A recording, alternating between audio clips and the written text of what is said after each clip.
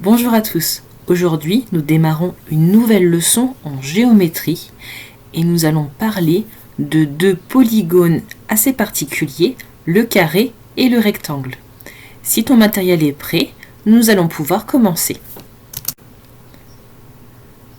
En premier, j'aimerais que tu me dises ce que tu sais sur le carré.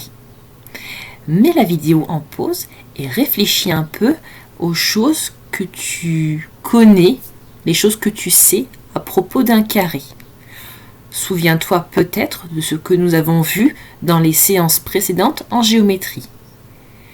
Si tu veux, tu peux noter rapidement sur ton cahier les quelques informations que tu connais à propos du carré. Ensuite, tu pourras relancer la vidéo. Nous en avions parlé lors de séances précédentes. Le carré est un polygone, c'est-à-dire qu'on peut tracer l'ensemble de ses côtés à la règle. C'est également une figure fermée.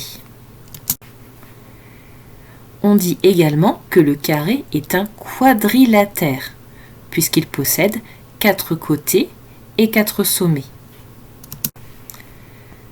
Pour terminer, on peut également dire que le carré possède 4 angles droits.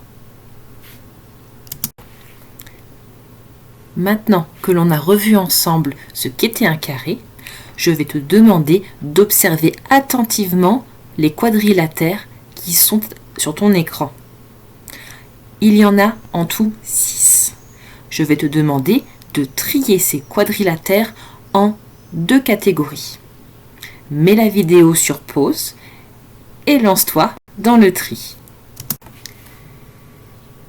Comme tu peux le voir, parmi ces quadrilatères, le numéro 1, le numéro 4 et le numéro 6 sont d'un côté, le numéro 3, le numéro 2 et le numéro 5 sont de l'autre côté.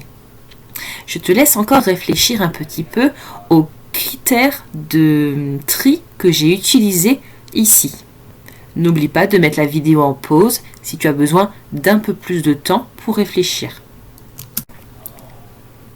Alors, tu avais deviné? En effet, à gauche de ton écran, tu peux apercevoir des carrés. Et à droite de ton écran, tu vas apercevoir des rectangles. Quelle est la différence entre ces deux polygones qui sont également des quadrilatères? Eh bien, la différence réside dans la longueur de leurs côtés. Effectivement, comme tu peux le voir à gauche, les carrés ont des côtés, 4 exactement, qui ont tous la même longueur. En revanche, du côté des rectangles, c'est un peu particulier. Sur les 4 côtés, 2 ont la même longueur de chaque côté, ils peuvent être plus longs, et les 2 autres des côtés sont beaucoup plus petits.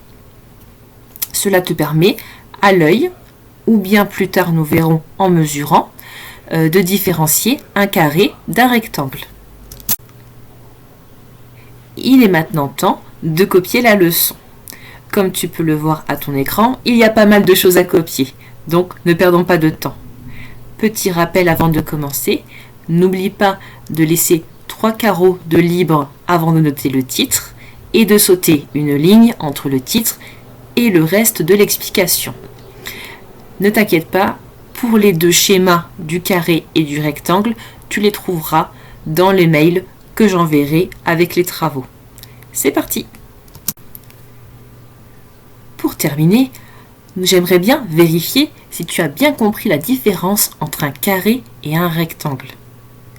Sur l'image que tu vois à l'écran et qui sera également disponible si tu peux l'imprimer dans le mail, je vais te demander de colorier les carrés en bleu et les rectangles en jaune. Attention, n'oublie pas qu'il s'agit là de quadrilatères. Ils ont tous 4 côtés et 4 sommets. Ils ont également 4 angles droits. La différence va se jouer au niveau des côtés. Donc réfléchis bien, n'hésite pas à mettre en pause avant d'avoir accès à la solution. Bon travail! C'est parti pour la correction. Comme tu le vois, il y a donc 1, 2, 3, 4, 5 carrés et 4 rectangles. La difficulté que tu peux rencontrer pour cet exercice, c'est que les carrés et les rectangles peuvent avoir différentes positions. C'est-à-dire qu'ils peuvent être avoir l'impression qu'ils sont penchés, un peu tournés. Mais cela ne change en rien le fait qu'on a affaire ici soit à des carrés, soit à des rectangles.